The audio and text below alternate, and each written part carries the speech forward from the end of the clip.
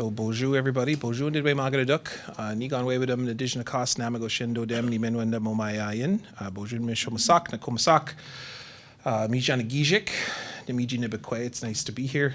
Nice to share with you the language of the territory. I want to welcome everybody for what's sure to be a emotional and beautiful day. My name is Nigan Sinclair, and I am a professor in Indigenous Studies.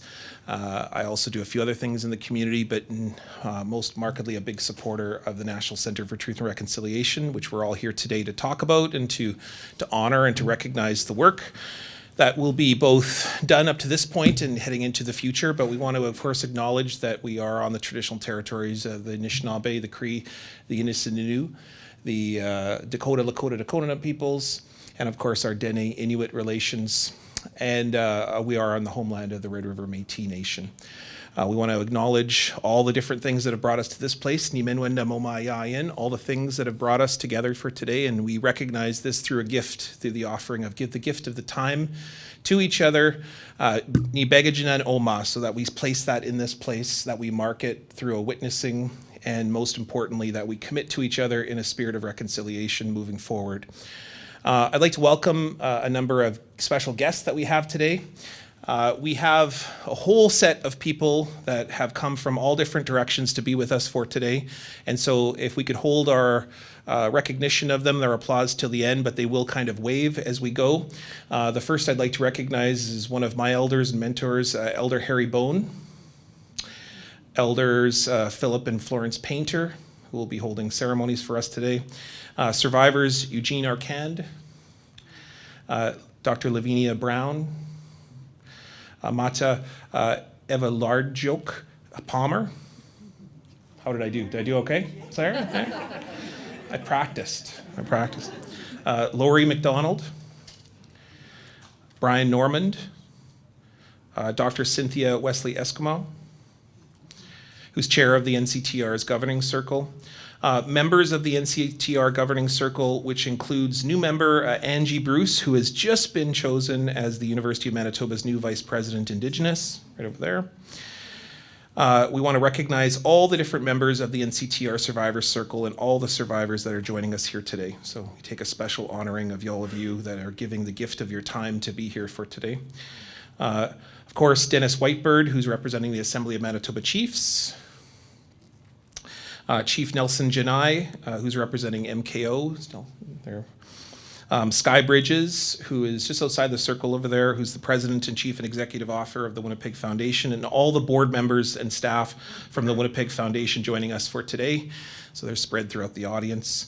We want to recognize Stephanie Scott, who's executive director of the NCTR. Lynette Magnus, who's the board chair of the University of Manitoba.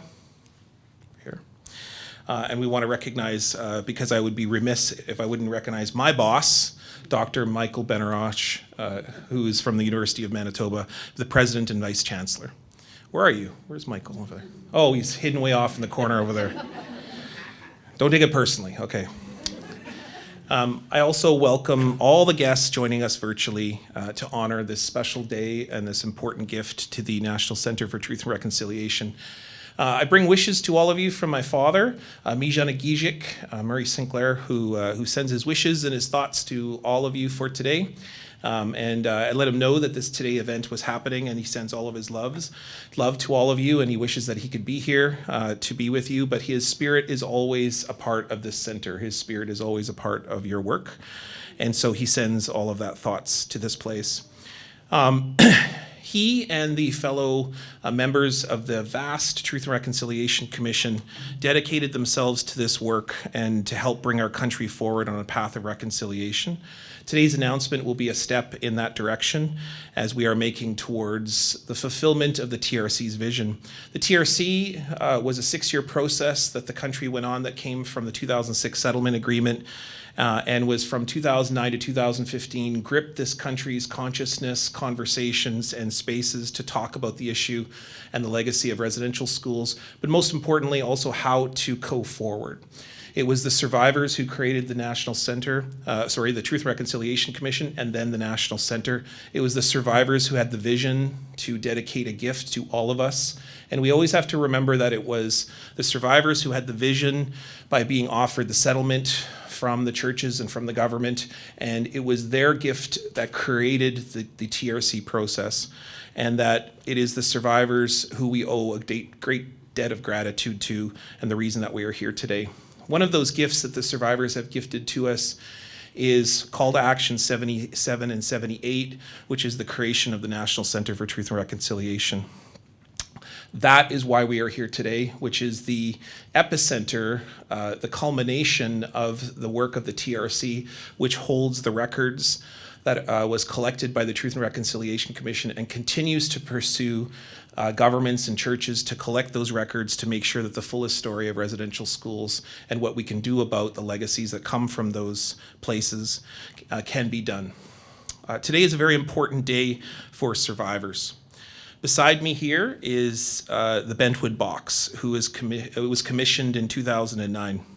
The Bentwood Box traveled with the TRC throughout Canada, where survivors placed personal items into the box to symbolize their journey toward healing and expressions of reconciliation.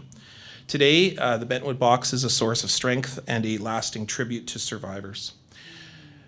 We also have with us, in just a minute, who will enter our space, is the memorial cloth. The memorial cloth was created in 2019 and honors 2,885 residential school students who never made it home.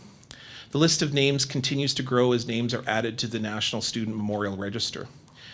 The memorial cloth was created through sacred ceremony, and we are sharing it here today in that same spirit. So we ask all of us to stand and recognize the memorial cloth when it's brought into the room, and it's going to be placed on the Bentwood Box. We're also going to ask our wonderful relatives over here from the drum group Red Thunder, who's going to perform a memorial song while the cloth is being carried in. Please stay standing for the duration.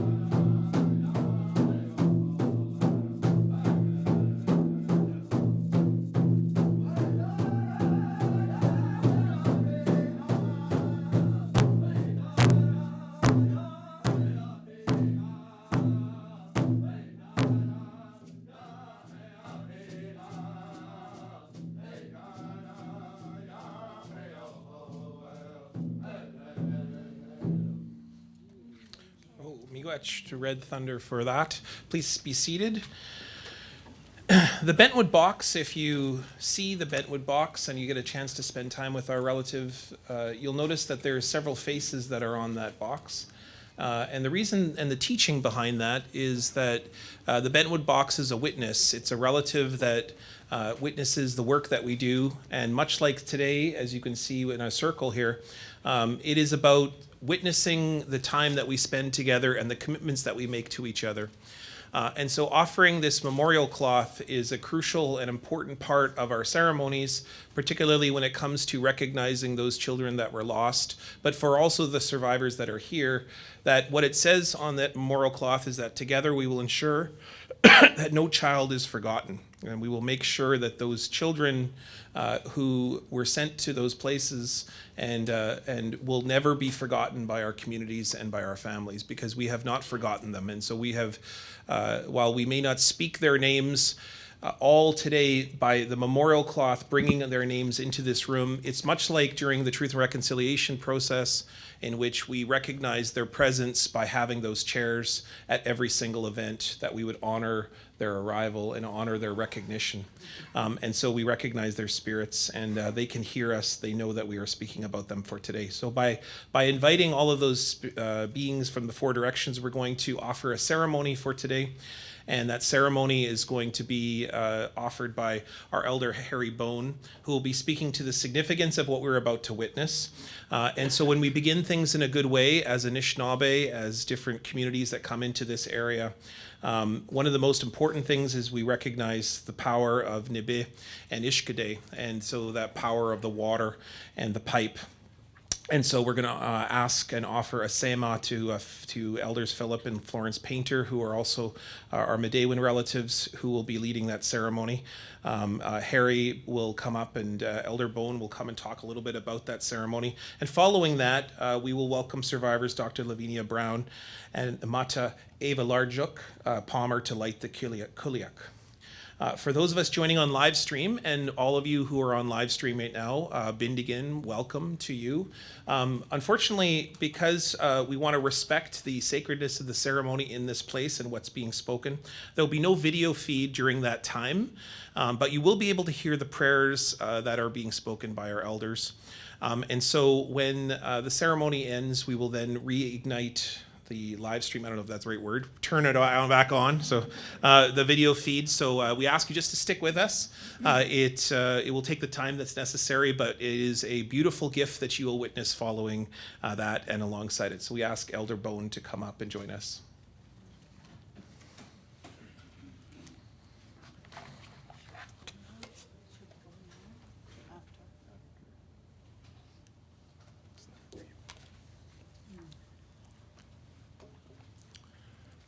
Miigwech Bojo, Denramaganudok, Nijib Matzik, Jesus Mimiapinikas, Mikinak Mijawenemik, Sagidog Kong with the Gabundasel, Mikogakidod Mijan Schnabek, Gibmatzi Namnik, Yagi Gamian Schnabem, Gamigagi, Gagish Miniguiz young, General Tagwiz young, and Gagish Miniguiz young, Gan Schnabem wing, and Mishomus could give me Kito, McKinley, when non Tagos, the Minimaji Kito. Good afternoon, chiefs, elders, and everybody else. I'm honored to provide a brief description what the ceremony is all about. The pipe ceremony has been done for thousands of years, even before the Europeans arrived. We honor the Creator, we honor the land, we honor the four directions of our people. We also do the water ceremony as well.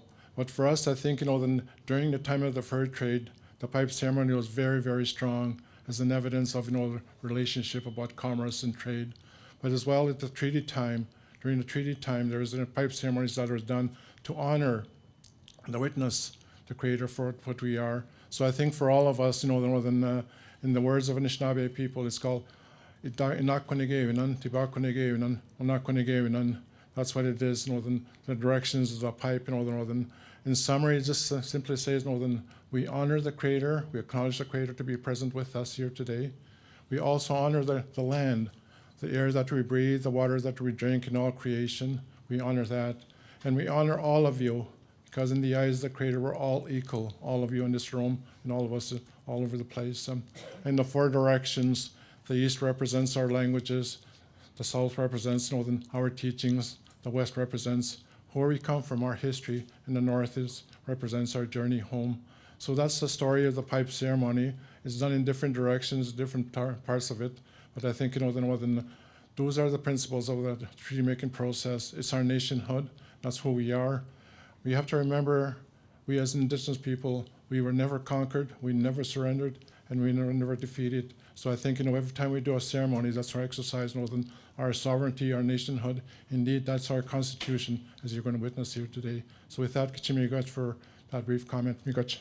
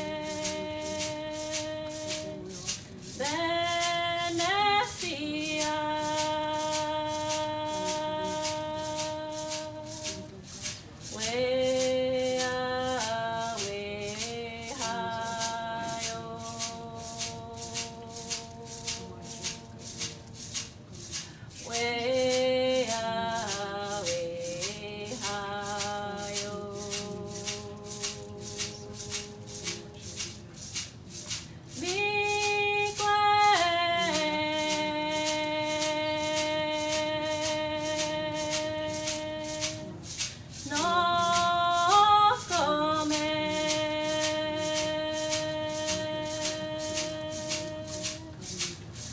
Way away, hi-yo.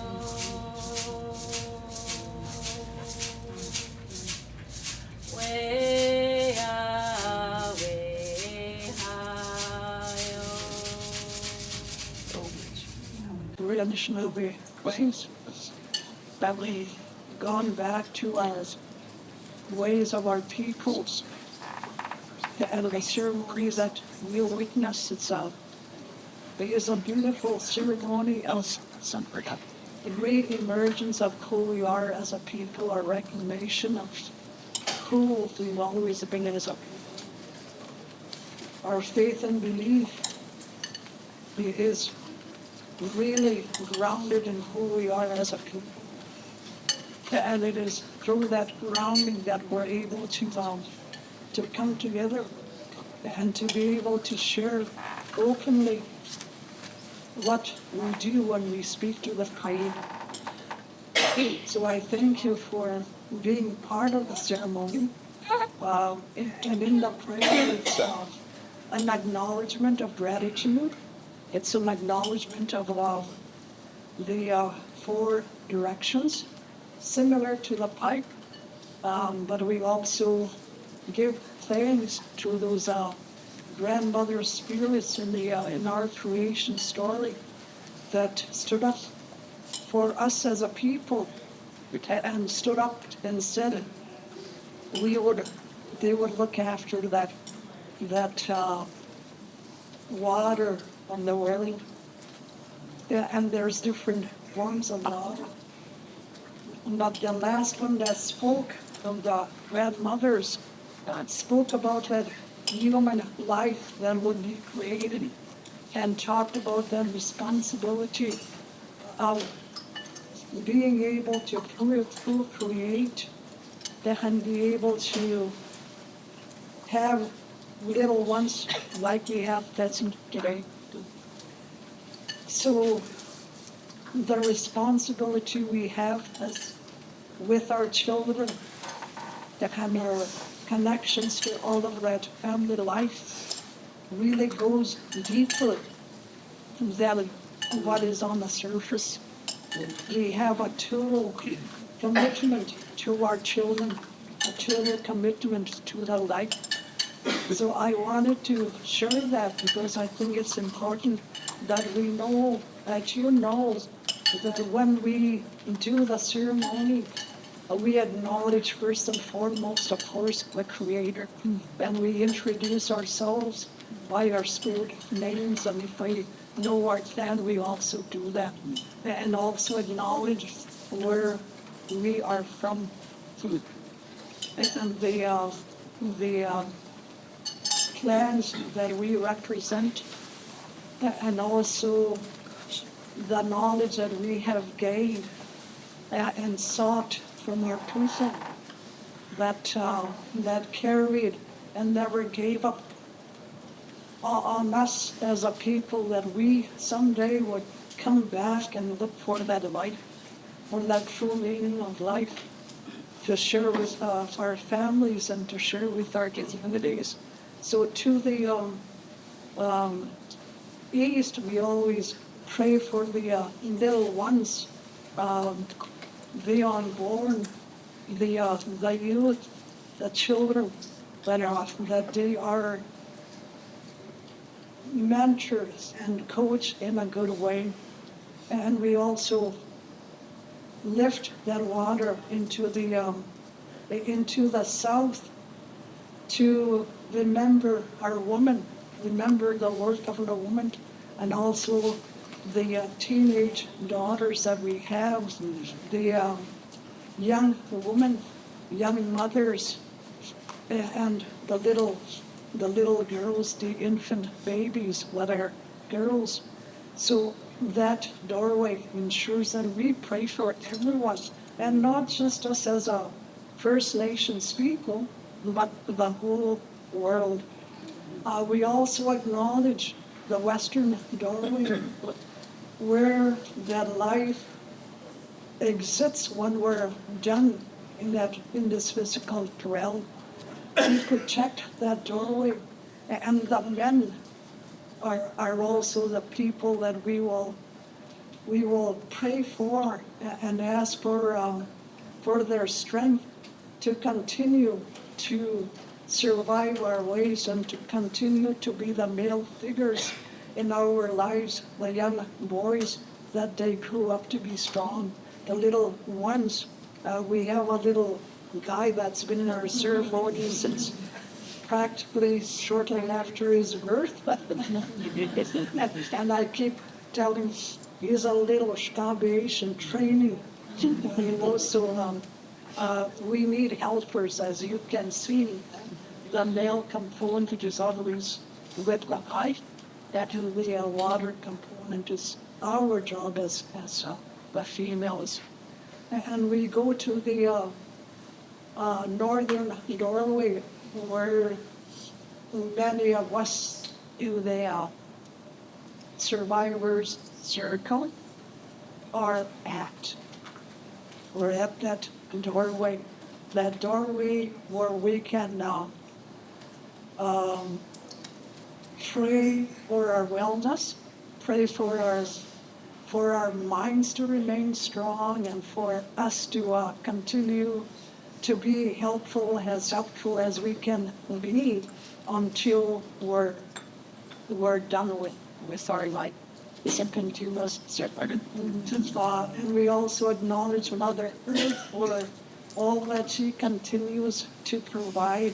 As we look all over the land, we see that the water is starting to run. Yeah, but we also acknowledge the plant life, the animal life, everything that sustains us and has sustained our people for thousands of years. We have never gone away from that knowledge, so we share that very openly now, because at some point in our history, we weren't allowed. It was very strange. So I thank you for being part of the ceremony, to witness a very important occasion, and to say thank you from the bottom of my heart, in our hearts, for what the foundation is going to be able to allow us to grow together and work together as a people. So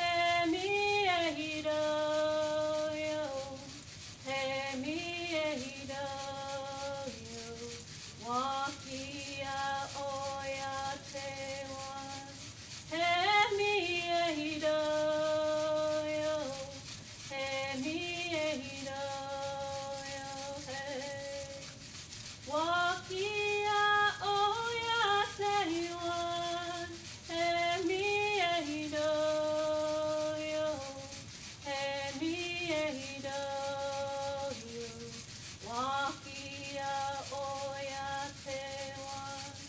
E mi e hido yo. He mi e hido yo he. Mafia ke tipi wan. He maja he na yo. He mi e hido yo. He mi e hido yo. Wakia oya te wan. He mi e hido yo. He mi e hido yo he. Wakia oya te wan. He mi e hido yo. He mi e hido yo. Wakia oya te wan.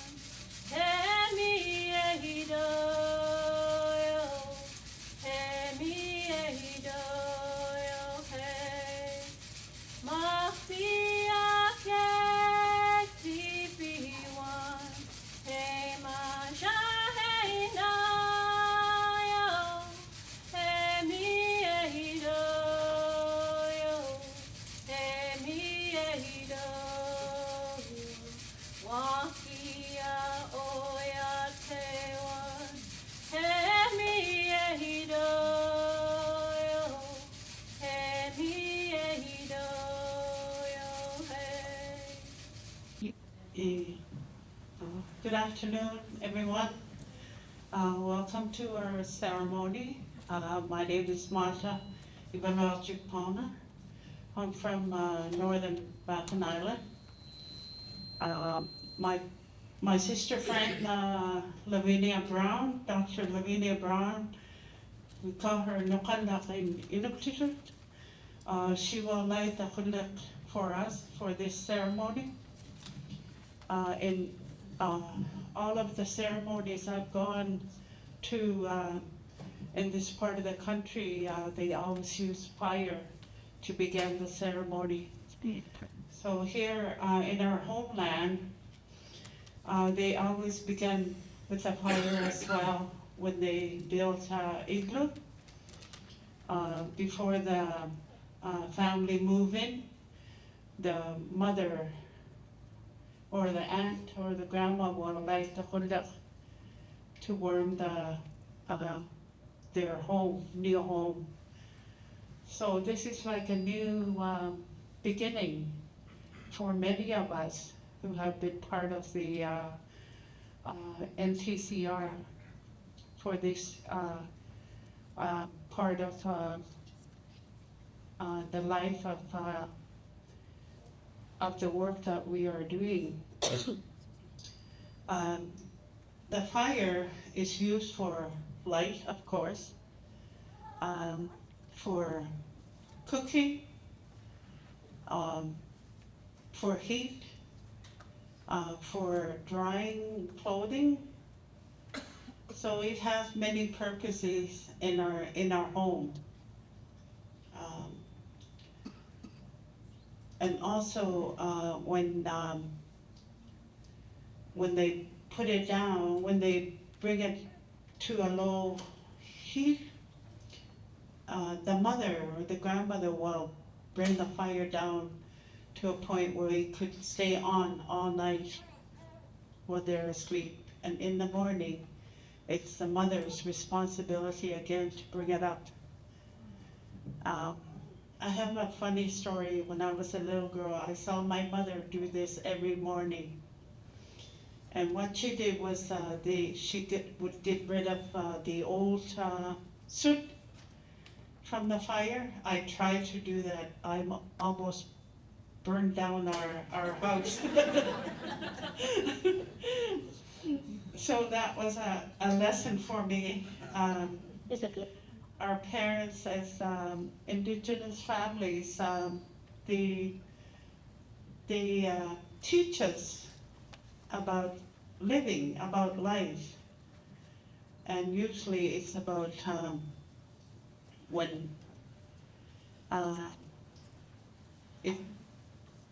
they teach us by us learning what it means to live every day.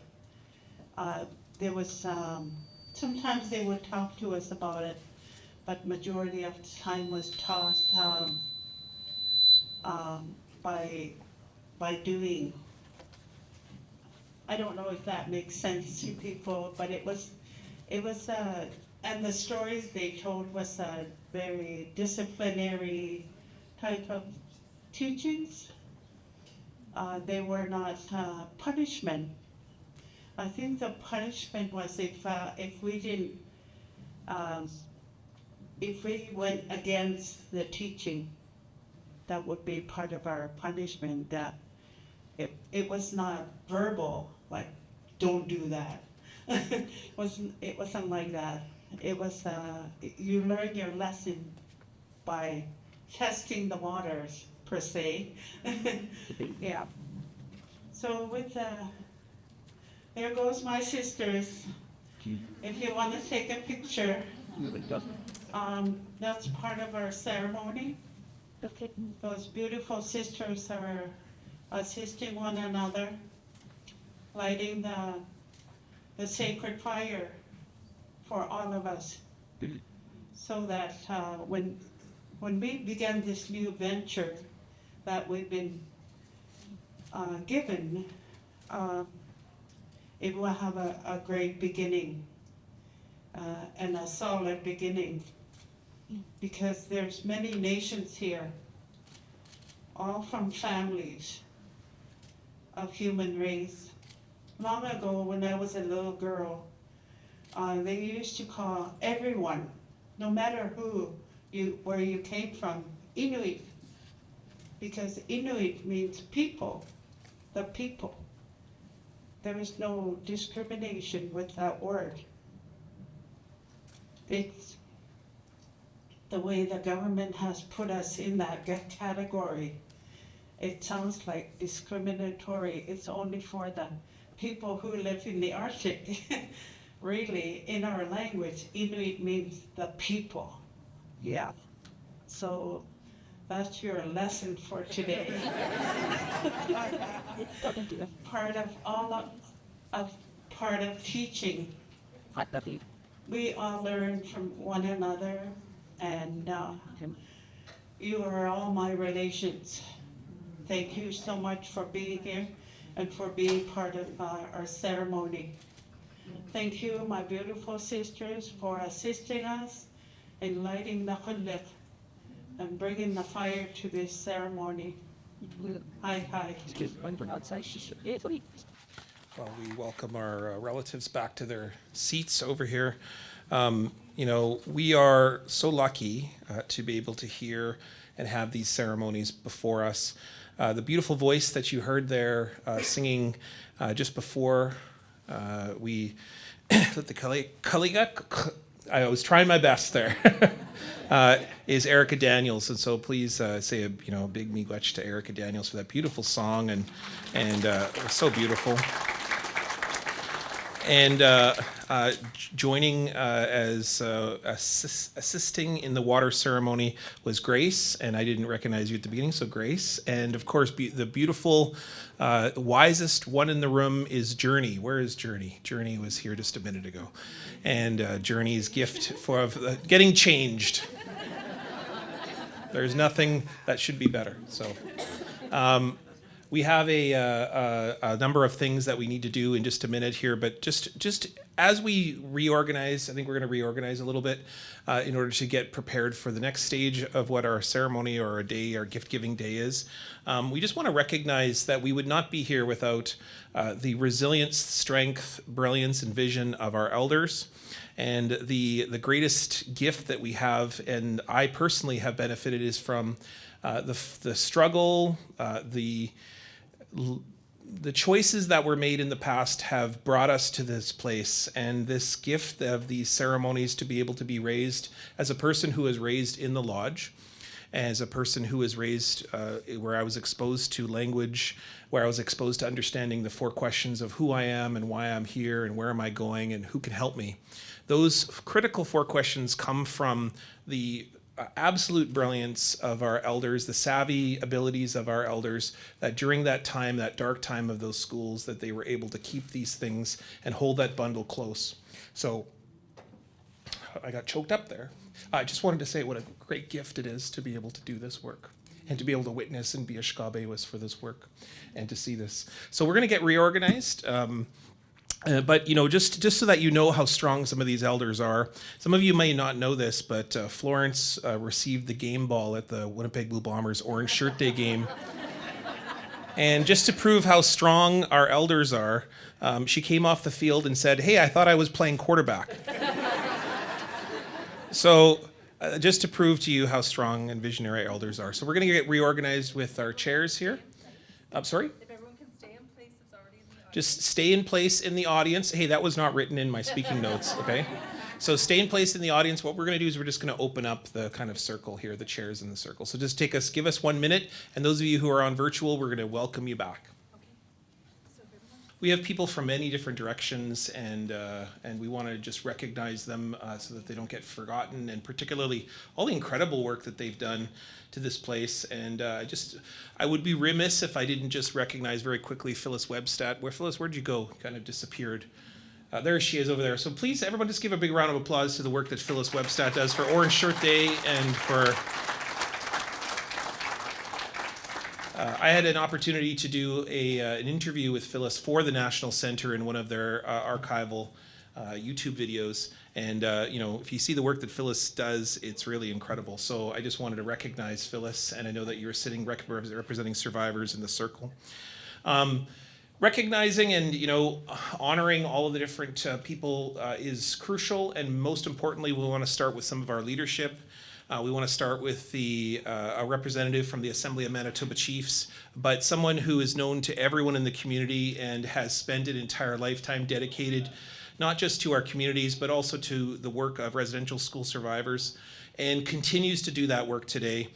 He's been a longtime member of the Assembly, and so we want to welcome and invite Dennis Whitebird to come and give some words on behalf of the Assembly to the gathering for today.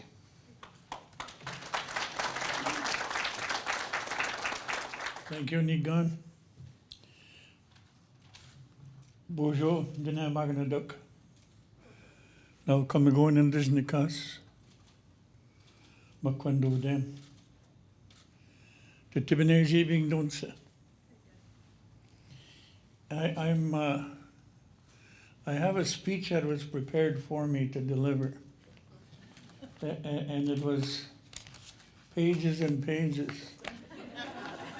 And I said, these are only for opening comments. This is not the opening address. But I'm very glad to be here. I want to thank the National, NCTR, for the invite to the Grand Chief. Unfortunately, she was not able to join us. She's at another conference. But here goes. I'm very pleased to be able to bring remarks to you this afternoon. And I want to thank the National Center for Truth and Reconciliation for the invitation to do so on behalf of Grand Chief Kathy Merrick. I understand that today is about forging a pathway to reconciliation with mutual and respectful relationship building for all. Reconciliation is about resolving issues, outstanding issues. Being here, I carry an obligation to speak about what that word recognition means, and to talk about it outside of its appropriated colonial context, because we cannot talk about reconciliation without talk about healing. Healing happens when you know who you are, when you know your purpose, and what you do, what you are supposed to be doing. I'm glad that Nigan didn't say too much about that, because I seen it in my speech as well. He was going to take the thunder out of my speech. Reconciliation requires us to learn about other people's cultures and appreciate their value systems. Healing as a people requires healing our emotional connection and relationship to our families, our physical and spiritual connection and relationship with our nations, Mother Earth, the water, all that is sacred, and most importantly, each other. And I'm glad that the ceremonies that we witnessed this afternoon is all about that, reconnecting spiritually, reconnecting humanity.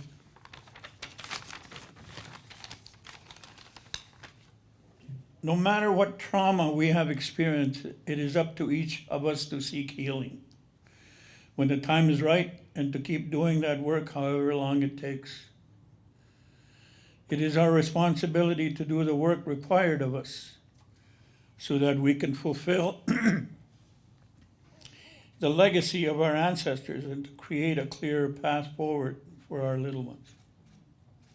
And again, I want to thank Erica for bringing her baby to this ceremony. And I think it was about a month ago that she was here as well. He? She? He? Okay. And that's what we need to be doing. We need to pass on. We are only messengers. We have to pass on our ceremony, our knowledge to our children, our grandchildren, great-grandchildren. Our identity as First Nations is woven within our spirit and etched deep in our blood memory. Spirit is what defines our identity as human beings. And more importantly, the spirit names that we carry are guides in our daily lives. First Nations are in the midst of a recovery. We are collectively working to weave together our oral history, our stories, our cultural practices, our traditional knowledge, in order to remember our true identity as a people, while confronting the enduring scars of historical trauma inflicted upon us over generations. I want to share something that elders and knowledge keepers have reminded me throughout my life. Always go back to the beginning in seeking understanding of life or of the challenges we face in daily life. One elder specifically told me, "You need to be Indian, boy. Remember you're Indian, and you will die Indian. Return to our lodges." And with that statement, I did return to our lodges of our grandfathers, the lodges that have kept us alive. I recall when I was a 5-year-old sitting in the lodge with my grandfather before residential school. And it was that foundation that has kept me going. Returning to our connection to spirit and the land will create the foundation for our healing and strength as nations, communities, and people.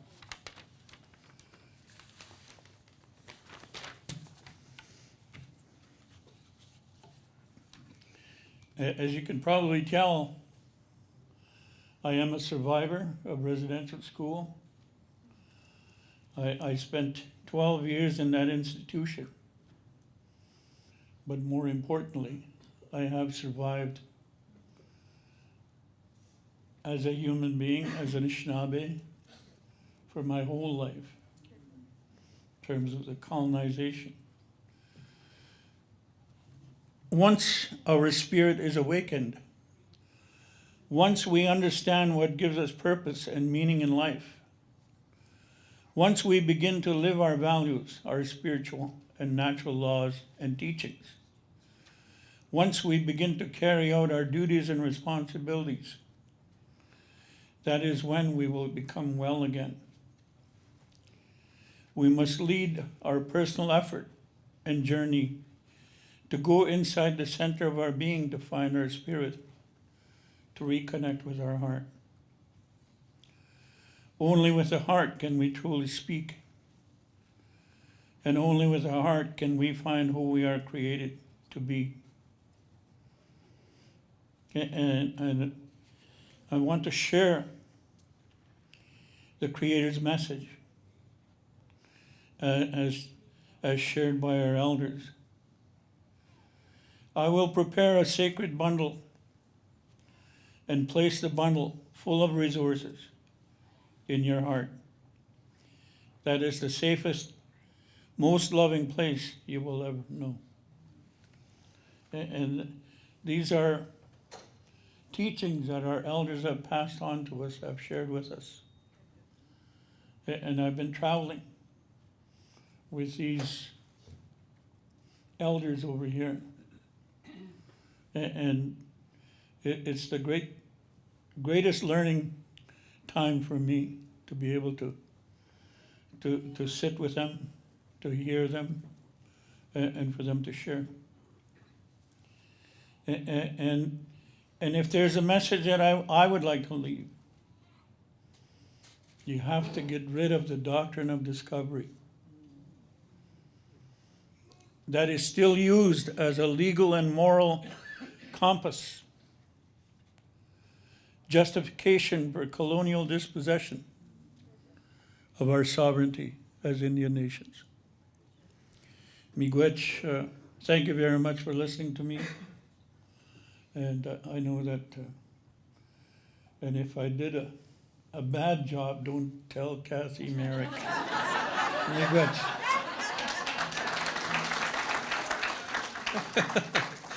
That's nothing more Anishinaabe than that. It's like your last words are, okay, just I hope I did well, and if please don't report me. That's okay.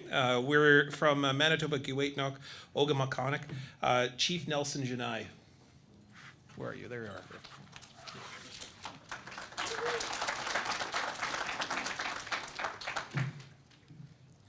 are. Afternoon. The man's on asked then, I guess muzik. Mustagi nagamuzik. Naskute minun to wapahan at smatasti. Muskuteo, nippe. I'm going to uskat this. I bring greetings from Manitoba, Kiwit and Gamakanik, behalf of Garrison City. You know, he's having a break. Meanwhile, leadership, we don't get breaks. So he wrote a speech, and Truth and Reconciliation, this committee, this board, I can acknowledge on what they've gone through, what you had to endure, and what you have done. In regards to sharing this with Canada and the world itself. And Manitoba, Kiwit and Gamakanik supports the National Center, and also responsibility, safeguarding collection of Indian residential school data. There was a memorandum reached with NCTR with official signing on January 17th. A key day on basically understanding what is this. A lot of people still don't understand what is this. His dad is going to hold a majority of the Indian residential school documents. Because that's something that I personally take, to show history, to educate history, and also to understand our own history. Not from the paternalistic, but from the surviving standpoint. As the Inuit said, from the way up north, we are all people. One head, two arms, two legs. And it's a way we have to understand is how do we move forward. It's good to acknowledge and and to cry for them. But if we continue to do work backwards, we are not going to heal. I say that to you from experience. As a personal note, there's 28 years difference between myself and my oldest brother. 28 years difference. I'm the third generation when treaties were signed. But at the same time, his story is quiet. Why is it quiet? Because he doesn't want the world to know. He doesn't want the people to know. And what triggered his life was when his wife got diagnosed with cancer. So he had to come to the city. Coming to the city, he had time to burn because he would leave his wife getting care at cancer care. So one day, sunny day, he said, I took a drive to St. Boniface. And on his drive, he's seen this place. As a little child, hey, I remember coming here. He doesn't know what year he came here. He said, I remember coming here. I stopped on the road, on the street. I started walking to the gate. As I was walking, memory started coming. With that memory, anger. To be crying, to be scared. So as he continued to tell his story to me, I felt that. And as he walked through the gates to open the door, something else opened. His mind, his heart, and all of his friends that were there that did not come back home. He still remembers those people. He still feels for those people. And as he's walking through the doors, he remembers these different rooms where they had to perform, where they had to extract his livelihood of who he was. But at the same time, in the sanatorium, he was a human guinea pig. That's not being told right now in the sanatorium.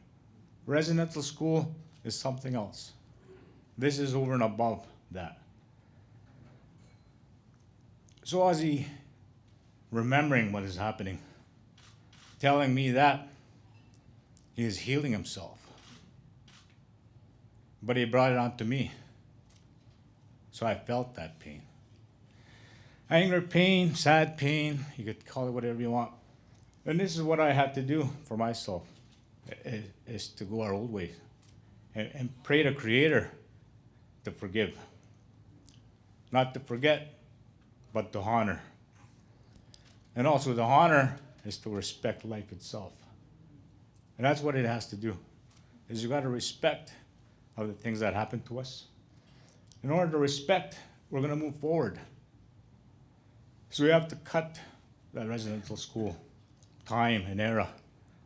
Because I'm a survivor from that. I didn't go to residential school. I seen the effects of residential school.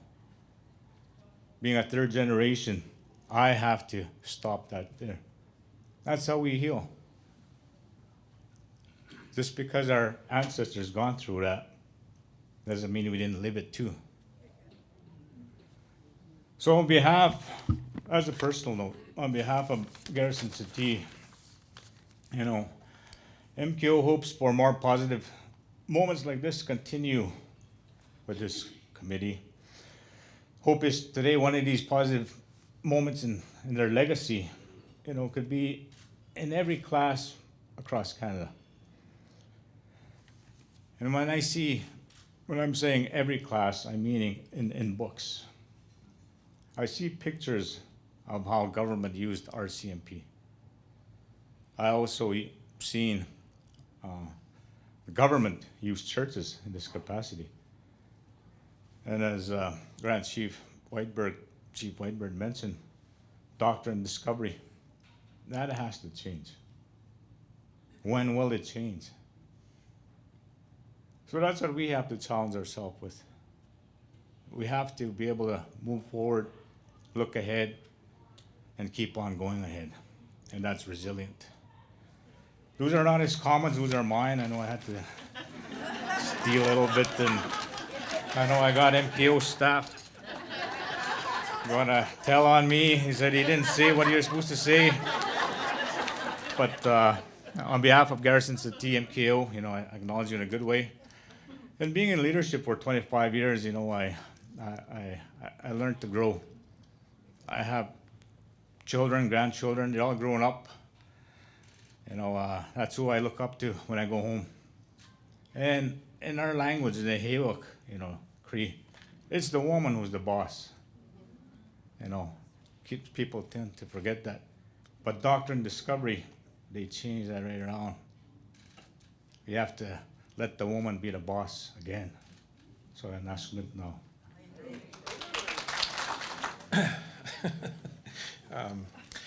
We want to also just give our good wishes and send our thoughts and huge miigwech to Long Plain for allowing us to be a part of Winnipeg's first urban reserve, which is right here. This beautiful hotel, Wyndham, is a creation of Long Plain.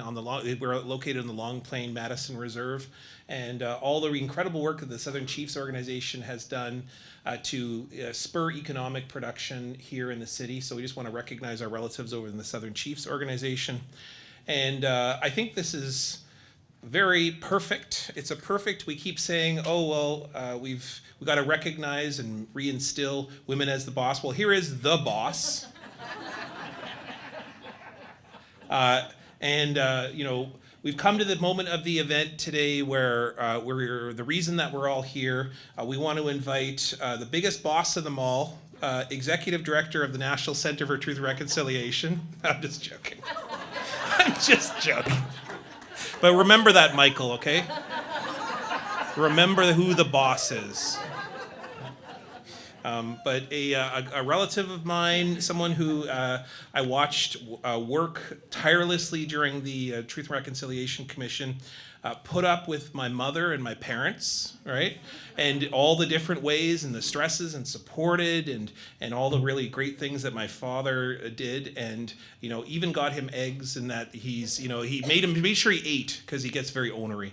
And so all the great things that Stephanie Scott has done, I cannot say enough good words about the work that Stephanie's done to bring us all together.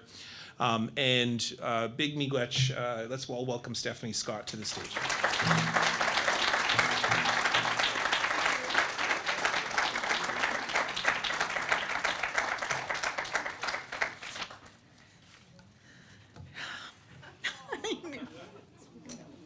Thank you, Nigan, but I just, I don't do this work alone, and I have my bosses with me, so. Bonjour, good afternoon. And this is the power of the work that we do and the people that join me along the way. And there's many of you in the crowd that have worked with me over the years, and I am absolutely appreciative and honor you all. Miigwech. So bonjour, good afternoon. Miskwaanakwaatakwe, Indigenous Wabashishi Dodem, Winnipeg Dunji. My name is Stephanie Scott, and I am the Executive Director of the National Center for Truth and Reconciliation. My family is from Roseau River, Anishinaabe First Nation, and I am of the Martin clan. I am the daughter of a residential school survivor. I am a 60 scoop survivor.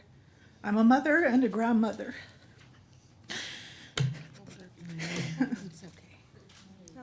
I'd like to acknowledge the elders who began today's gathering in such a moving and powerful way. They have lifted us and carried us for many, many years.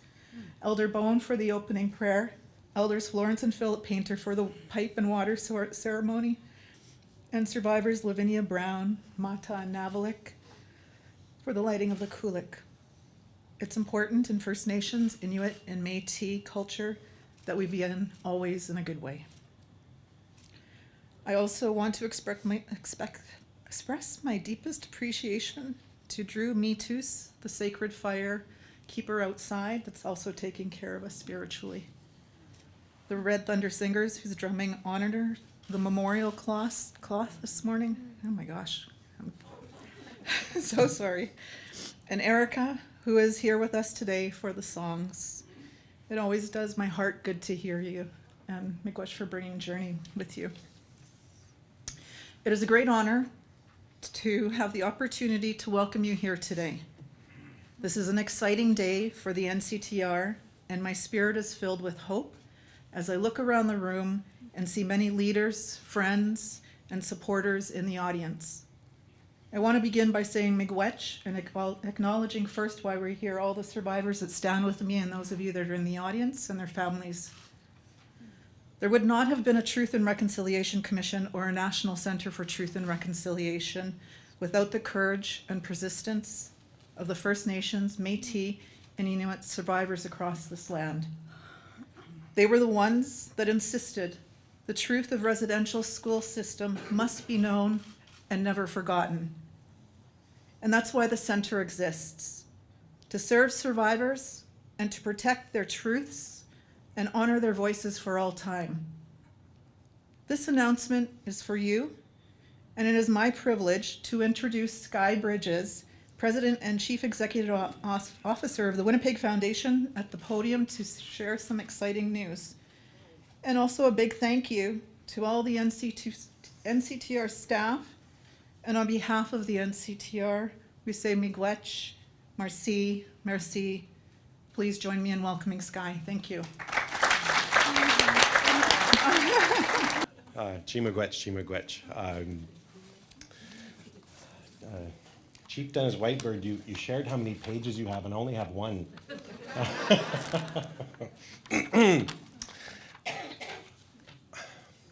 I'm overwhelmed with many emotions, but first I really need to thank drummers for inviting Spirit and opening us up and starting us in a good way. Our elders for continuing to inspire us with your knowledge and your wisdom. Chimagwech, and thank you. Stephanie, thank you for your leadership, for everything that you and your staff do. You are helping to build a stronger nation, a better country, and a stronger community.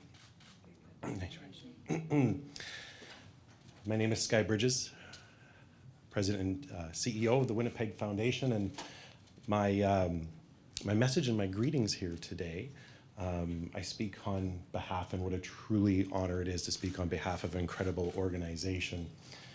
My spirit name is Man Who Carries Fire. I am of the Otter Clan. I am Two-Spirit, and I am Métis, proud Métis, which there was a wonderful song written called Proud Métis by Ray St. Germain. I think there's a few fans here of Ray St. Germain. Eh? Naomi? Yeah. So on behalf of the Winnipeg Foundation, all of our board and our staff, and decades of donors, for the Winnipeg Foundation has been around for over 100 years. It is truly an honor and humble to be here today to share this exciting news on the historic journey of the NCTR. Coming out of the Truth and Reconciliation Commission's 94 calls to action, we know the vital importance of the work of the NCTR and its importance for all of those who have been impacted by residential schools, being the survivors who are with us today, their families and their communities, and those who are no longer with us but are here in spirit. The Foundation believes and works daily and reflect on the important work of the goals of reconciliation and truth. For it is that truth that we are able to move forward in reconciliation. And inside that truth, when you have that compassion and you learn about the journey of the survivors, your heart's gonna crack and open a bit. And it's gonna get bigger when it heals. And that's the journey that we're on. It's about redefining a new nation. And I believe in reciprocity of the work of the NCTR is about learning the beauty of Indigenous culture and how through that wisdom and knowledge we become a better nation and a better country. So on behalf of more than 100 years of donors to the Winnipeg Foundation, many of whom have invested in a future that they would never see, and their dedication to our community, including our board of directors who have made a collective decision of an incredible gift that I'm here to announce today. The Winnipeg Foundation is here to gift $5 million to this historic project.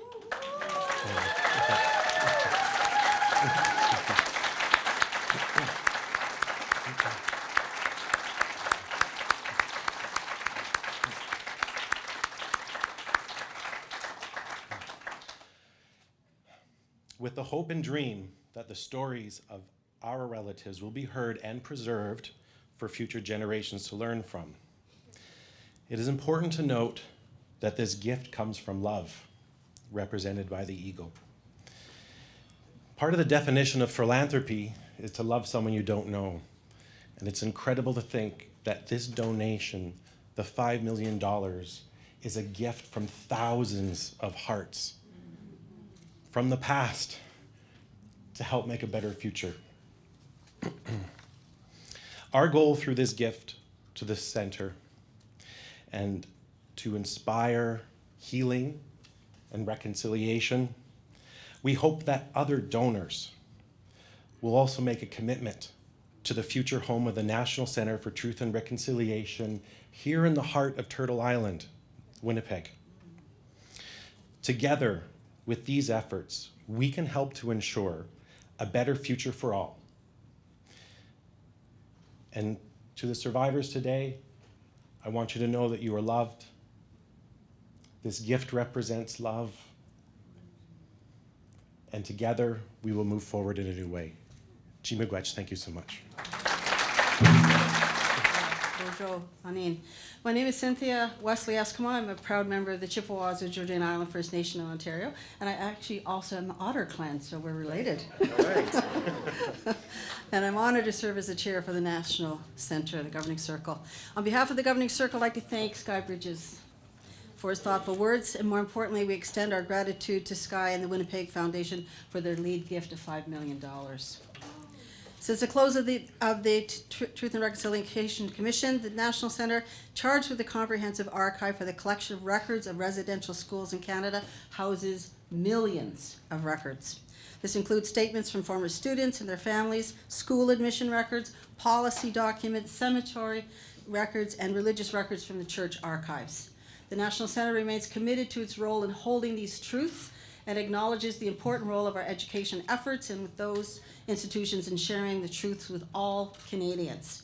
For too long, the honest truth and reality of this shameful part of Canada's history was hidden and denied, still being denied.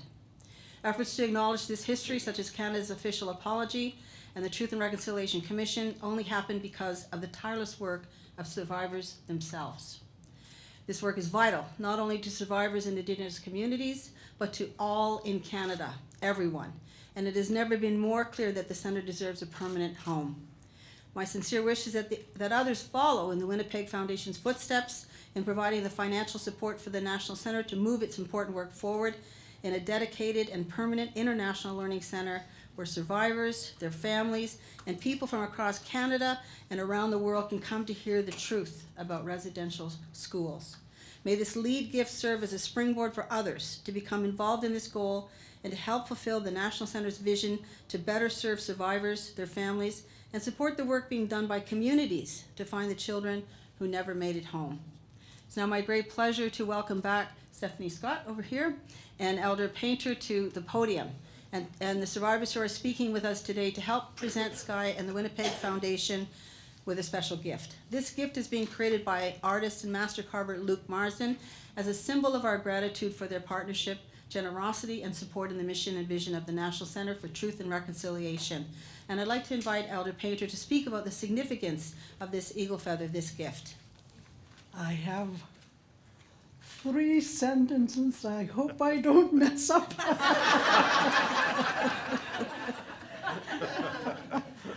I want to acknowledge the gift, and I also want to talk a little bit about the representation of an eagle feather in our culture. It's one that was carved by Luke Marsden. He also is the artist who created the Ben box that is present here today. We choose an eagle feather, and it's significant to NCTR. Our spirit name is Pejigo Mingun, for representing the feather, Pejigomingun, meaning one feather. Gifting an eagle feather is the highest honor in our culture. We strive to honor all survivors, and today we honor the Winnipeg Foundation for its support and commitment to the NCTR. Kinanakumin, Kijawainimin, Nuwetch. Thank you.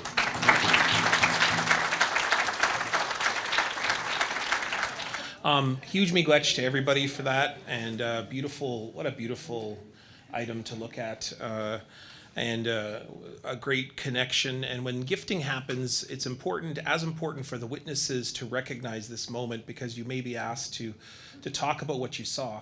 So it's important to recognize that you have an important role to hear too as the witnesses for that gift offering.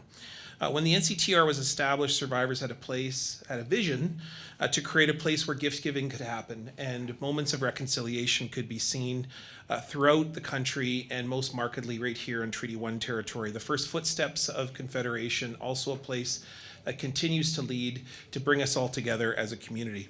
We're really fortunate to have many survivors that are here today, and we've asked and offered a SEMA, or offered gifts space, in order to ask them to share what today's gifts mean to them.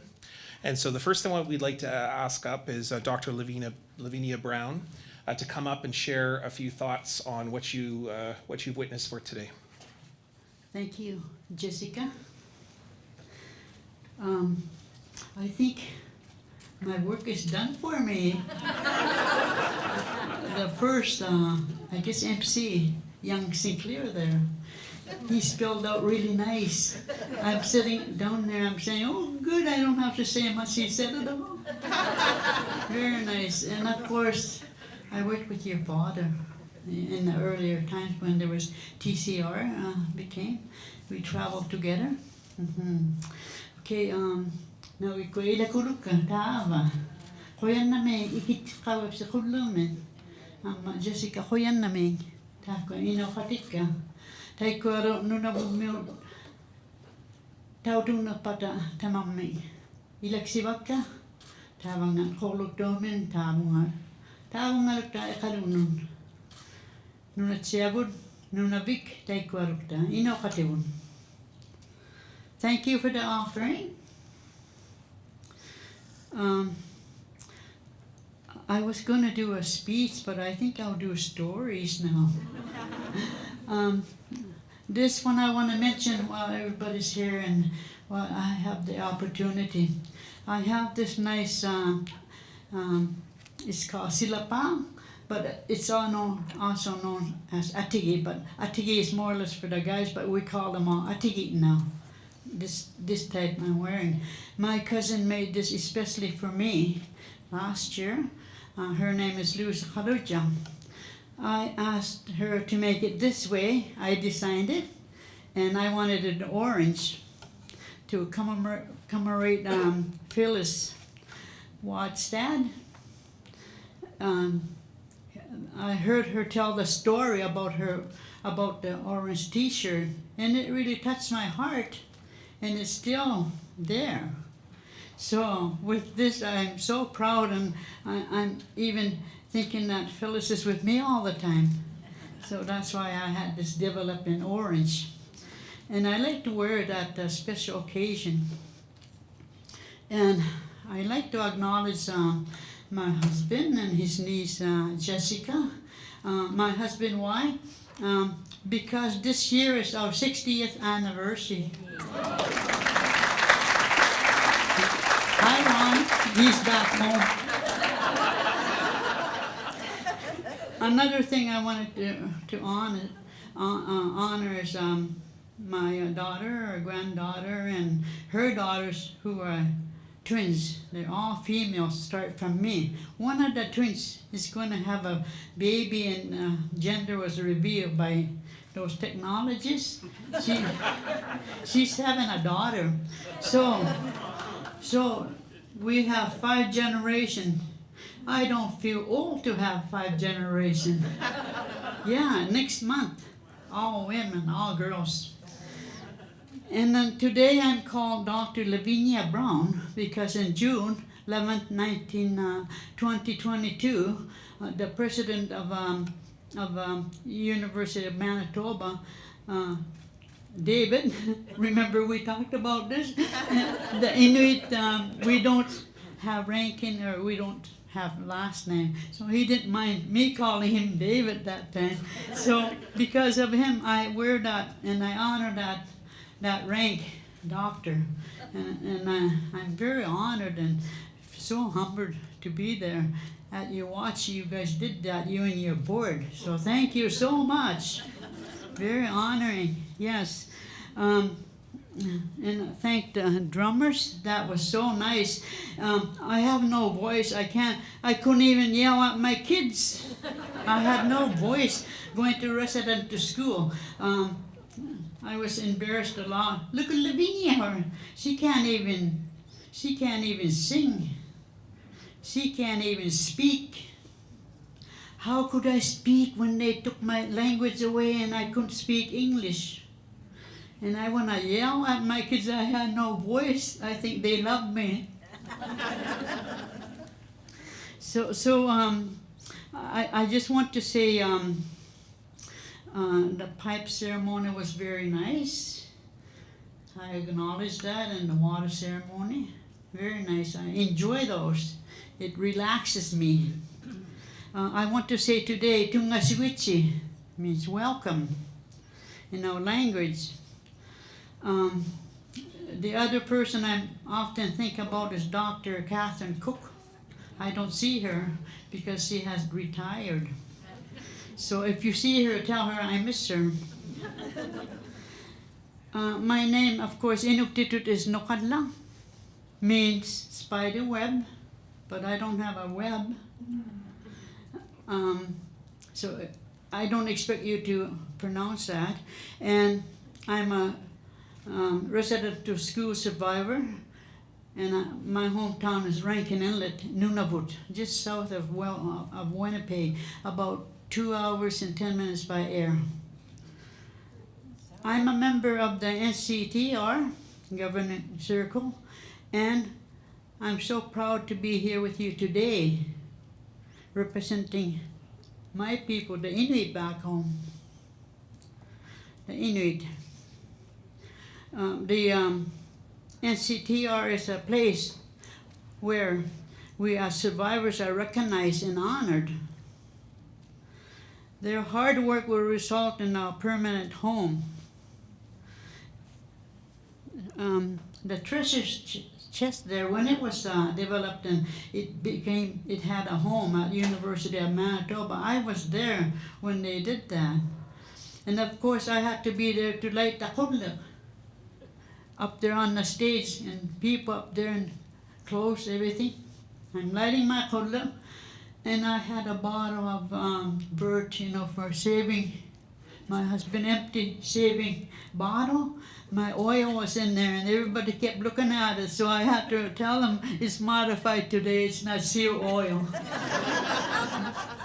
So I honor the stories in there, and they're safe. They have a safe place. And they go to the new building, so that's secured too. I went to an institution in Chesterfield Inlet.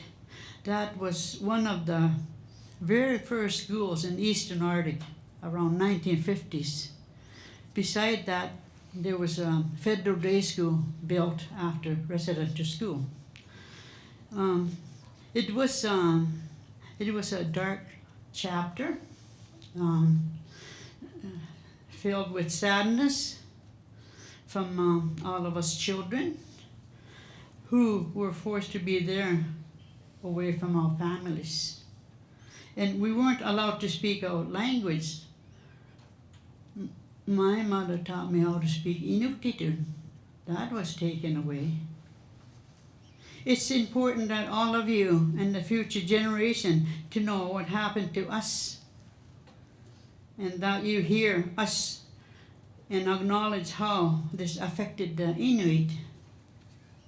I was telling the group at our meeting yesterday or the day before, about we had the same teachers. Our ancestors and the First Nations ancestors, somehow they communicated. They were quite good at that. And those ancestors told our ancestors, our parents, that those teachers, the priests, were in the southern Manitoba and somewhere else teaching already, and they shipped them north where we were. Yeah, we have very young ones too. Some of them were good and bad, wherever. And we got to know quite a lot, but we were often scared. But today, I see changes, especially with our younger generation. They are working to regain their Inuit culture, language, and tradition. We see young women who are very good seamsters. There's young women who travel around the world, to Europe, to France, London, New York, Alaska, all over the world, with what they make of the Inuit clothing. That's very appreciating to see from young people. And we have young people graduating in your university, in the Red River College, universities in almost every province. The NCTR's new Home for Survivors bring us hope for healing, hope for reconciliation, and hope for a better future for the Inuit and all indigenous people. I have my own. There was the presenter from Winnipeg Foundation.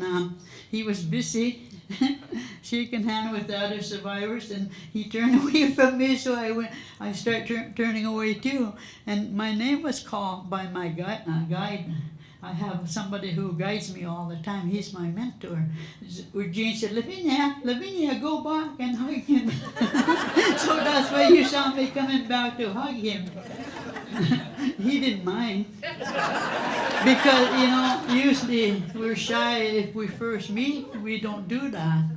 But you guys are very welcoming audience. So thank you very, very much.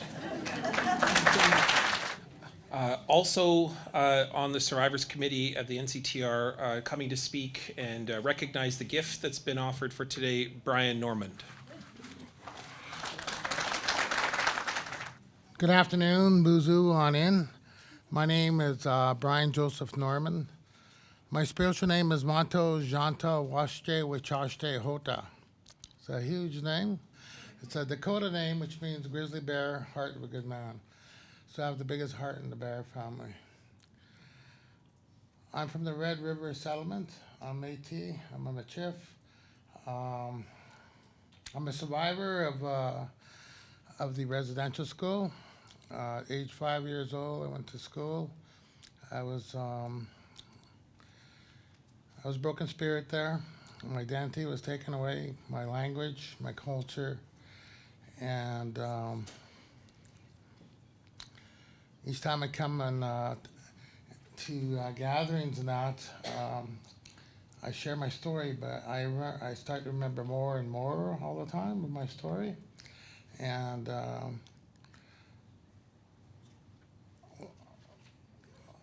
where I was damaged when I was broken spirit as a little boy, I carried that pain for many, many years. And when I started sharing my story, I was only 40 years old at that time to my wife, and she was my rock. And she slipped away a few years ago when she had a massive heart attack. And I was re-traumatized then again because I found her lying in bed when I got up, and I did CPR, and she wouldn't wake up. And so I had a lot of anger again. All that feelings came back to me, the anger, the hurt, and the guilt, like our marriage was not all straight path. We had bumpy roads, but we talked about things and worked things out. And she was my rock.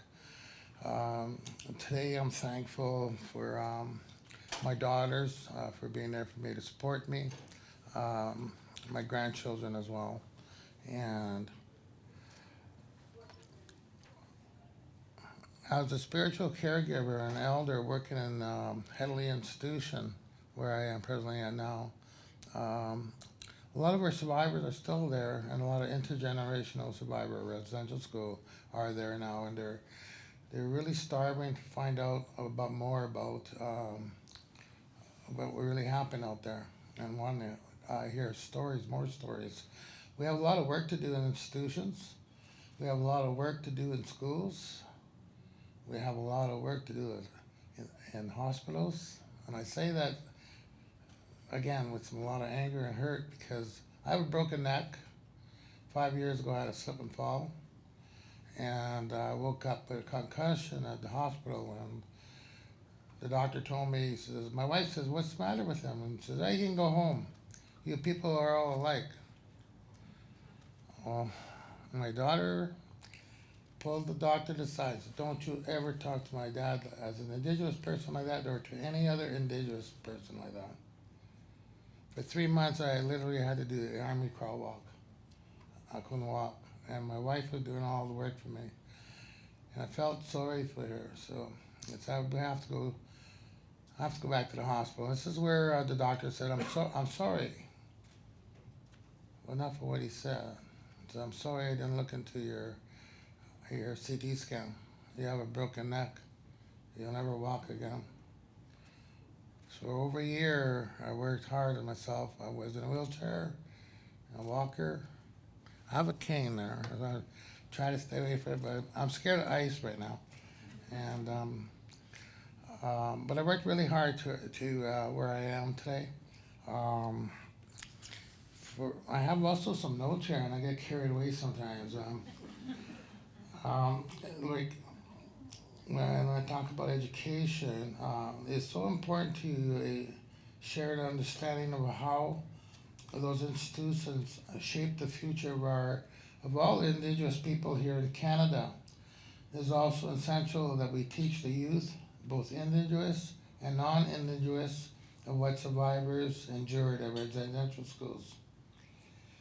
The young people are listening. When I speak with them and provide them teachings, they have questions. They are curious. This is a part of their journey to reconciliation. And as a knowledge keeper, elder, a Métis elder at the institution,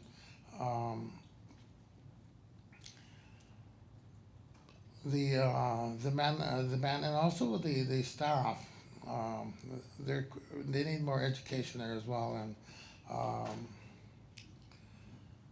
so we need a lot of help there as well. And I think, and I say this, that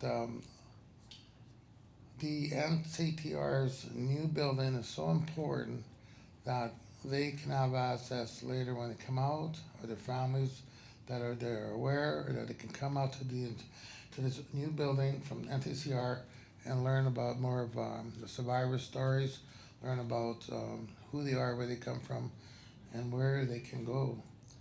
I want to thank you all here today to help us to move forward with this important mission.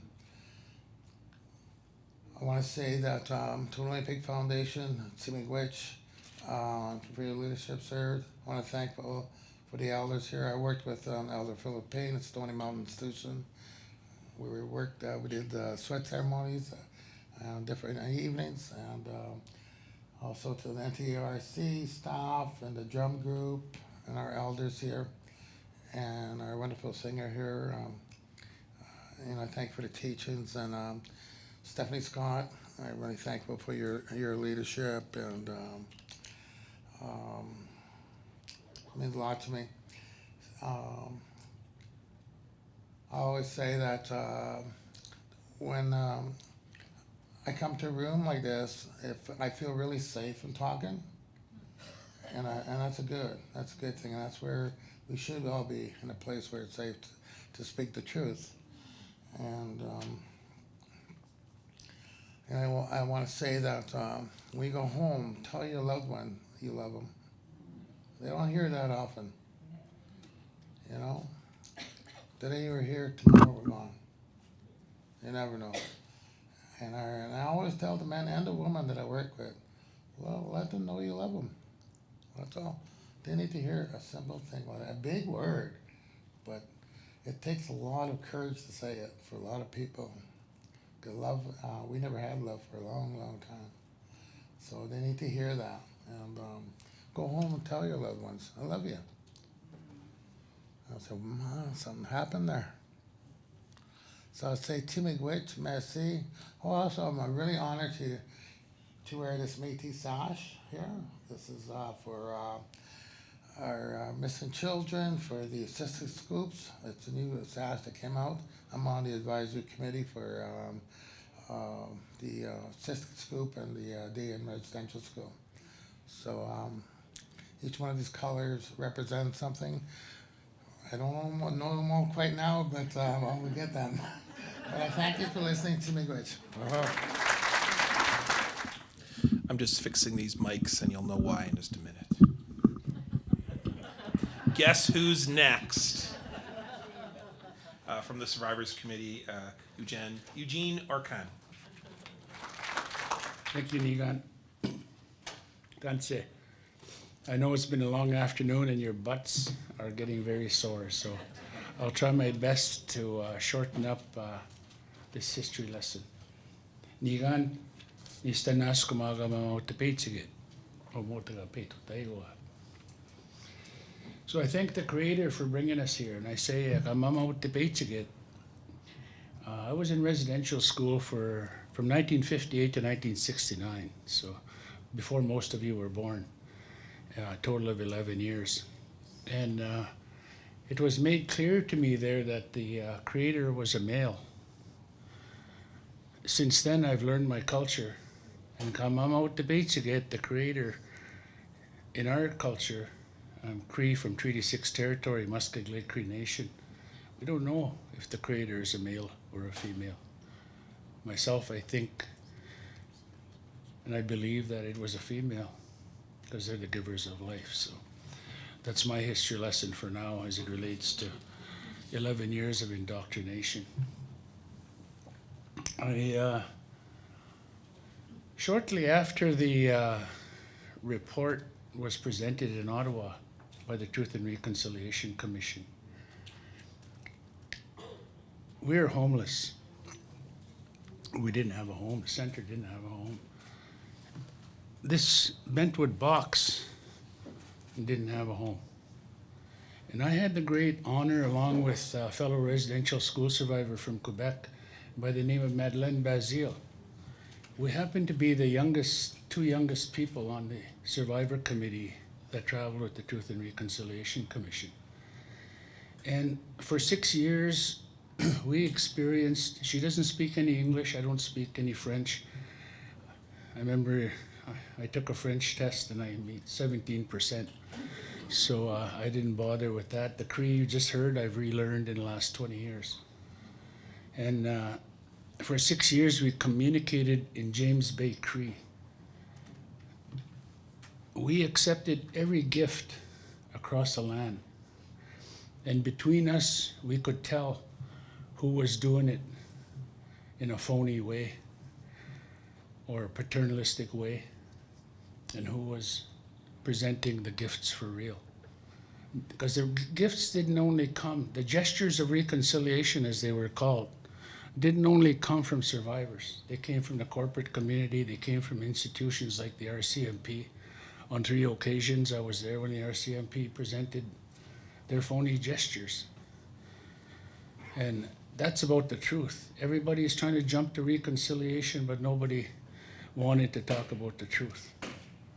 The only ones that wanted to talk about the truth was us, the survivors. There's no shortcut to reconciliation. If you think that's how this is going to continue, you better take a step back and understand that the truth has to come out first, not to hurt, but to correct. And for people to understand why the descendants of Indian residential school survivors continue to be in industry in Western Canada, and that we're the economic backbone in all social areas. So there's a reason for it. And this Bentwood box, along with us, heard those stories. And while we were hearing those stories, we also assessed and came up with the question of what are we reconciling? What did we do wrong? Think about that for a second. Think about your children. Think about your grandchildren.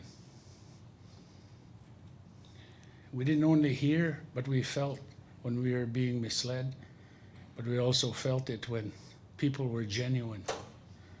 Like today, what we're experiencing today with the investment by the Winnipeg Foundation. I don't look at this as a donation. I feel it as an investment. But before that could happen, complacency had set in Canada after the 94 calls to action. And the ones that really need to be thanked the most are the 215 that woke up the world. They woke us up. They woke you up. You have no idea how traumatic that announcement was for us. I spoke to survivors across the land, and we all went into a 3 or 4 day depression. Anger. Bad. Hurt.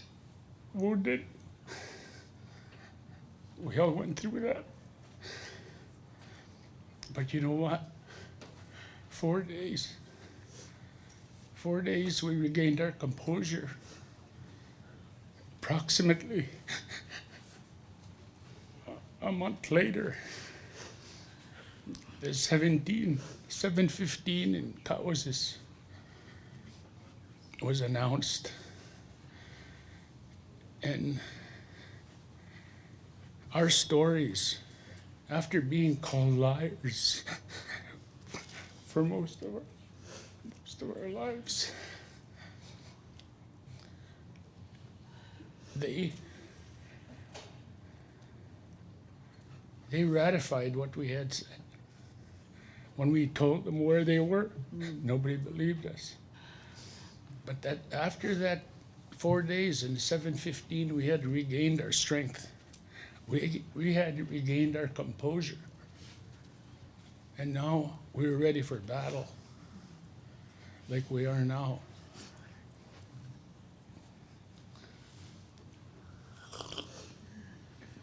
I never thought it would come to this, where that little boy that we talked about this morning would come and visit. There's a little boy and little girl in each one of us that comes to visit when we least expect it. I compared it this morning to when we used to watch the Three Stooges, and we'd laugh on our black and white TVs till tears came out of our eyes. That was the same little boy that's visiting me right now. And I will not wipe these tears away. And I encourage all of you not to wipe your tears away, because you have a little boy and a little girl that's in all of you. And that's what this is about. You never really learn anything without an emotional experience.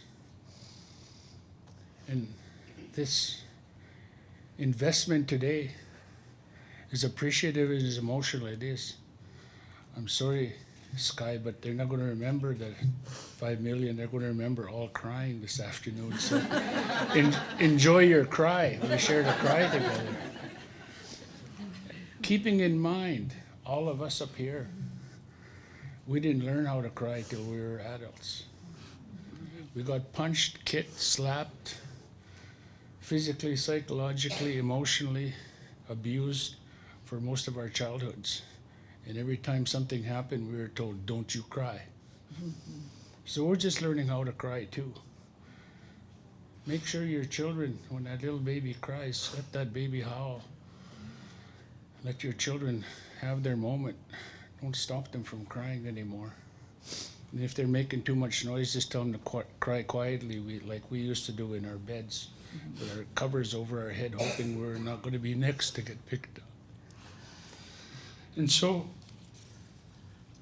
I want to thank Stephanie, of course. Stephanie for sticking it out. Those 6 years were hell on this woman. She just about quit on us a few times. Thank you for sticking it out. And she was not asking for more pay. Trust me, we were broke. I also want to thank Dr. Catherine Cook. Dr. Catherine Cook, it wasn't until that she got promoted did change really start to happen. Because when I was telling you about the Bentwood Box being homeless, at the University of Manitoba, we had been given the reserve house on campus. We were told it was also haunted. So we had to correct them and tell them it's not haunted, it's spiritually occupied. And it was spiritually occupied with the feathers that were laying in there. And that's where the ceremony under Elder Swain came about. And that's how we got our name, One Feather. It was spiritually occupied in that reserve house that's today recognized as a national center. I also want to recognize the president, Mike. Where is he? Right here, Mike. One day prior to him being ratified as the president, a couple of weeks before that, we were standing outside the center, the Sacred Fire. First time I met Mike. And we had a little chat. I told him, I hope your journey as a president is good, is successful. I said, but I want to tell you something. This university doesn't know what it has here. It doesn't know that it has the diamond in the rough. There is no center like this anywhere in the world that hosts not only our statements, but the gifts of many, many across the land. And I said, it's important. Mike, I didn't even know his last name. He was just a brand new settler that I had met. And he only came less than shoulder height to me, so I was really beaking off. And he was very receptive to my comments. And we said a few more things that were special, both sides. And he told me, I promise you, Eugene, it's going to be different from now on. And he kept his word. Thank you, Mike, for listening to us and shining up our center. It's going to be nice to be in a new home. But we can't forget the transition that reserve house played for all of us. It was more than we expected. It's sacred to us also that we were born there. And I say that we were born there because the work of the Truth and Reconciliation Commission, there's only one living legacy other than the 94 calls to action, and that's the National Center. For many of us, we didn't know how to be parents. My wife, for 52 years here, taught me how to be a parent, even though I was absent for 30 years of it. And so this center is our chance to be parents again. And this child is only 8 years old. So when the Winnipeg Foundation invests this amount of resources, it's like buying a whole new set of clothes for an 8-year-old boy going to residential school. Except in this case, we're going to a place of freedom based on our languages, our customs, our traditions, our protocols, and our true history of coexistence in this country.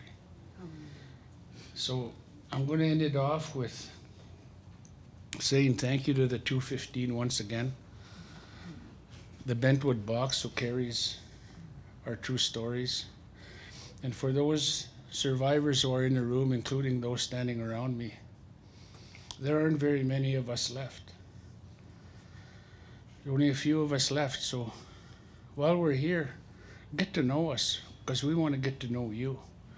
And to the board of directors, we'd like to meet with the board of directors to see find out who they are, and they get to know who we are, and that we truly appreciate this investment. So with that, naskum naogakyo. Hi, hi. Thank you. Okay, there's one more, Lori McDonald. Thank you. Sorry. Well, it's been a long 4 hours, so now you know what it's like to sit in bingo all day.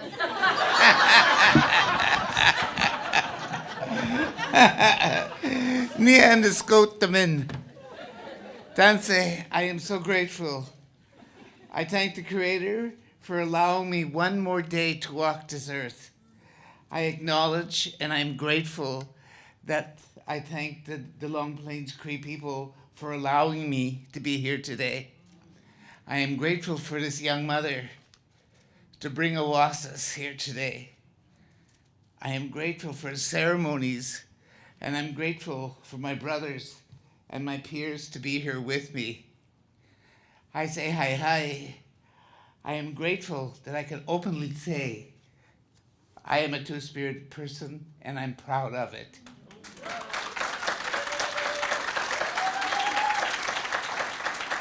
My name is Lori McDonald. I am from Muskegowsik, which is located just outside of Edmonton, commonly known as Enoch. I'm also a survivor of the Ermineskin Indian Residential School, which was located in Musqueam, commonly known as Hobbema, Alberta. Yes, as a survivor, there are many things that come into play. For me, yes, as that two-spirited person, we suffered the same abuses: neglect, sexual abuse, physical abuse. But I tell you here, and this is why I am so glad that what has transpired here and what is about to become a permanent place for us, that you're not going to forget that what happened to us, what happened to me, I want you to know it was much more traumatic than anybody else. Know that. Understand that. But I survived it. I survived it that I could stand here in front of you and tell you openly that I am a proud Nehiao. But what I'm more proud of, I'm not going to take 10 hours to explain it because I want to go and have a smoke. But to me, what is important is the stories that I relayed at the beginning of this process many years ago. I have some place where that sacred story will be stored. And I'm thankful to all the work that Stephanie and her staff and my peers have done through the years to get us to this point. I am grateful to the foundation for the donation of this beautiful gift, so that my story and the stories of many will be there for this little fella and for that little person over there. And with that, I'm just going to say hi, hi. Thank you. We've got one more speaker, and then we've got some closing, and then we're going to have a feast together, as we do when we close these events, especially when gifting has taken place, and we've got some entertainment. So I want to thank the NCTR for inviting me to be MC for today, mostly because I was able to show to my boss that I actually do work. So I can actually click. Do we want to do my time card? Will you mark my time card for him? Dr. Michael Benaroch is the president and vice chancellor at the University of Manitoba, but he's more than that. I can tell you that one of the things, the very first couple weeks that Michael was on the job, as usual, most of us faculty want to go and talk with the new president, sort of share with them our ideas. And I remember going past his office, and I was like, I'll just drop in and go and talk to see if I can find Michael. And I went to go to the staff and say, oh, where's Dr. Benaroch? And they said, well, he's out walking around. And for about a couple weeks, Michael just spent weeks just walking around campus visiting with students. And I think that just demonstrates the kind of leadership that Michael has on our campus. And so I caught him outside in a parking lot where I had my first meeting with my new president, and we just sat on a big piece of concrete and visited. And it was a very not the usual way you would expect to meet a president and somebody at the university, but that's the kind of guy that Dr. Michael Benaroch is. We're very honored to have him come here. I also want to just recognize Angie Bruce, who has just started at the University of Manitoba, who's a good friend of mine. There she is over there. Who is filling in or replacing or starting a new path in Dr. Catherine Cook's position. I'm sure Dr. Benaroch will talk about that, but please welcome who's one of the receipts of all of this work, Dr. Benaroch. So. Thank you, everybody, and welcome. And I know I'm standing between us and the feast, so I'll be quick. But I need to set the record straight.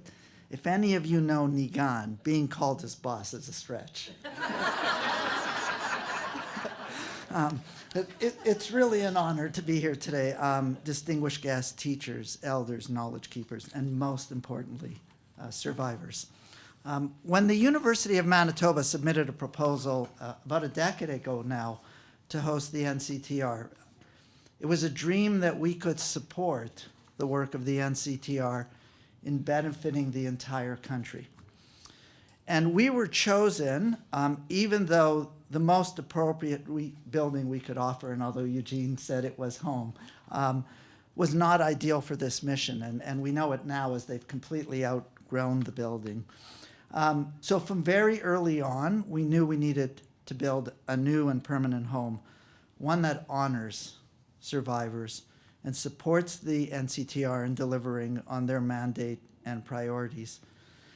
And so about a year ago or 2 years ago, we had a ceremony. We dedicated a piece of land, on land that the university had purchased, but we dedicated a piece of land that was part of the process of finding a new home for the NCTR. And I remember we laid a stone, and Eugene, you said to me that that stone could not be moved until that building was built. That's where the new home is going to be built, on the Red River.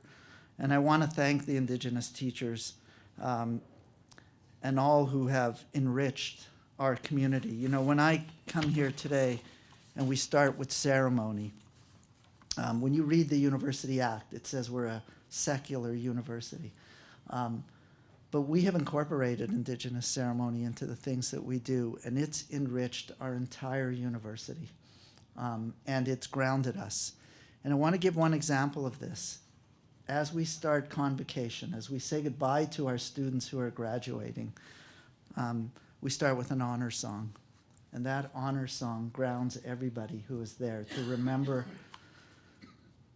the privilege that we have to be on Indigenous land.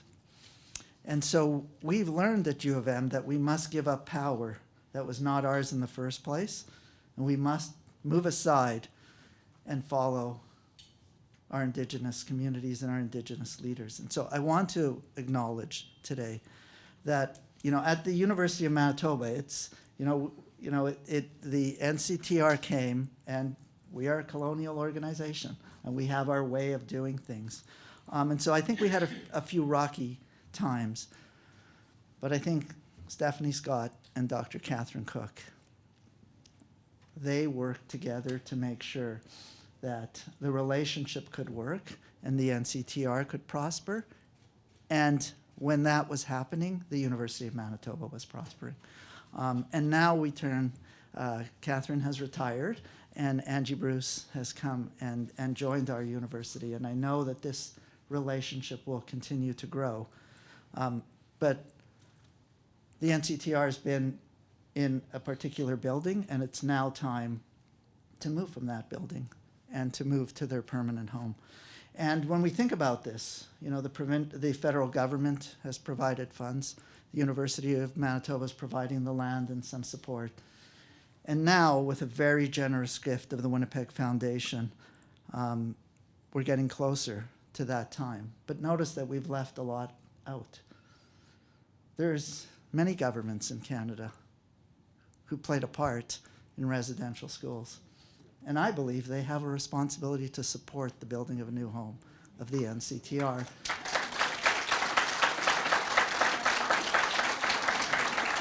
And so I call on all governments of Canada to support this project and to bring us to the end so that we can begin, so that you can begin the building of this historic building so that we have a permanent home. And many of you have talked about why that is so important. So I feel privileged to just be a little part of this. I do see my job as getting out of the way and letting people who know this work, who do this work, do what Canada needs and what our Indigenous communities needs. Thank you, miigwech.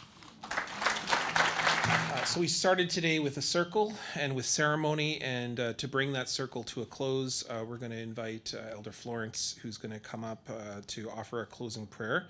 But after that, we want to make sure that everybody knows that you're invited to stay and join us for a feast. Now, during our feast, we're going to have some entertainment. And so not only are we going to have some wonderful visiting and some time together, but we have in the back there Nikki, who's going to offer throat singing with her daughters Chastity and Carmelo Swan, as well as Michael Odette and Brad Mogi. We've got entertainment happening.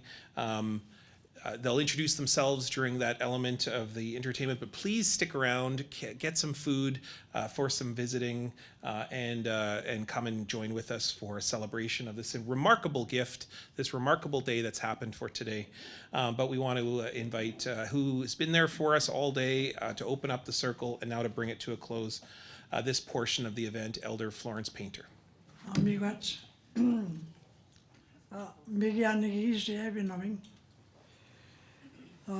We've come to a close of the ceremony, and again, thank you so much. I will do the closing invocation and just do it in my language. I'll keep it short. Okay. I guess I'm gonna do. Miigwech minin, onje pimadizun. Miigwech minin, aminog mi udasawan damang. Chit migi shebi namang wega gimbi mamoni diang. Chit me andata diang, chit me siska diang, mishomis. Miigwech migo.